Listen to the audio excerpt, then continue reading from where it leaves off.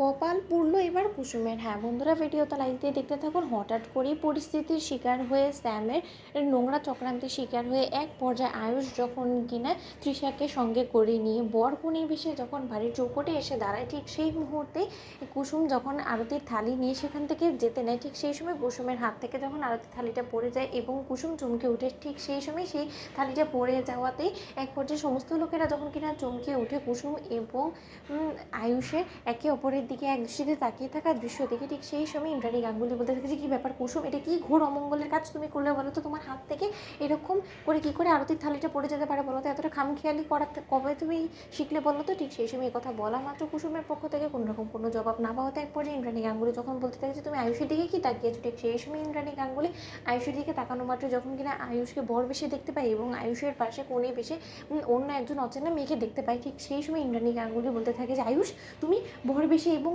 তোমার সঙ্গে এটা কে যে কিনা কোণে বেশি এখানে এসেছে এবং বাড়ির চৌকটে এসে দাঁড়িয়ে রয়েছো কেন? তোমরা বলো এটা কী ধরনের অসভ্যতাম হচ্ছে? আয়ুষ, আমার কিন্তু এই রকম ঠাট্টা তামসা কোনো মতে সহ্য হয় না, আমার আর কিন্তু বরদাস্ত হচ্ছে না, আমার ধৈর্য কুলাচ্ছে না। বলা আয়ুষ চুপ করে থাকলে চলবে না, আনসার মি। ঠিক সেই সময় রাজশেখর গাঙ্গুলি যখন চমকে যায় এবং রাজশেখর গাঙ্গুলি বলতে থাকে যে আয়ুষ তুমি কি কোনো মতে মেয়েটাকে বিয়ে করেছো? ঠিক সেই সময় তৃষা যখন বলতে থাকে যে তার মানে আপনি ইন্দ্রাণী গাঙ্গুলি, আপনি আমার শাশুড়ি মা তাই না? তাহলে আপনি আমাদেরকে আশীর্বাদ করবেন না? এবং তার থেকে বড় কথা, আমি যে এখানে চৌকটে দাঁড়িয়ে আছি তার মানে তো আপনার আমাকে বরণ করে ঘরে তোলার কথা, তা না করে আপনি এত প্রশ্ন কেন করছেন সেটা তো আমার মাথায় ঢুকছে না।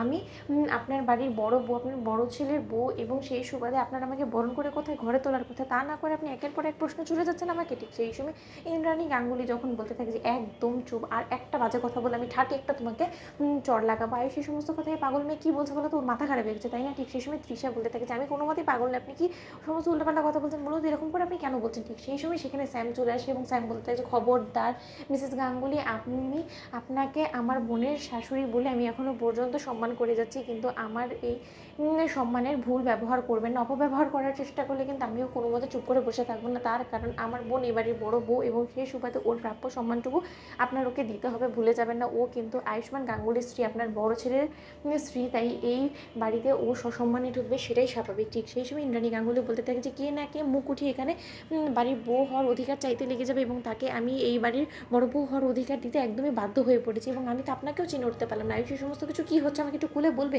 ঠিক সেই সময় এক পর্যায়ে স্যাম যখন আয়ুষকে বলতে থাকে যে কোনো মতে এই বাড়িতে আসার পর আমার বোনের যদি কোনো রকম কোনো অমর্যাদা বা অসম্মান হয় তাহলে কিন্তু তোমার ভালোবাসার মানুষ কুসুমকে আমি প্রাণে মেরে ফেলবো। আয়ুষ, তাই আমার বোনের যাতে সম্মানে কোনো রকম কোনো আঘাত না লাগে সেই দিকটা তোমাকে নজর রাখতে হবে। ঠিক সেই সময় আয়ুষ যখন বলতে থাকে যে মা, আমি আয়ুষ্মান গাঙ্গুলি বিয়ে করেছি এবং সেই সুবাদে তুমি ওকে বরণ করে ঘরে তুলবে। তো বন্ধুরা, লাইক কমেন্ট শেয়ার করে সাবস্ক্রাইব করো।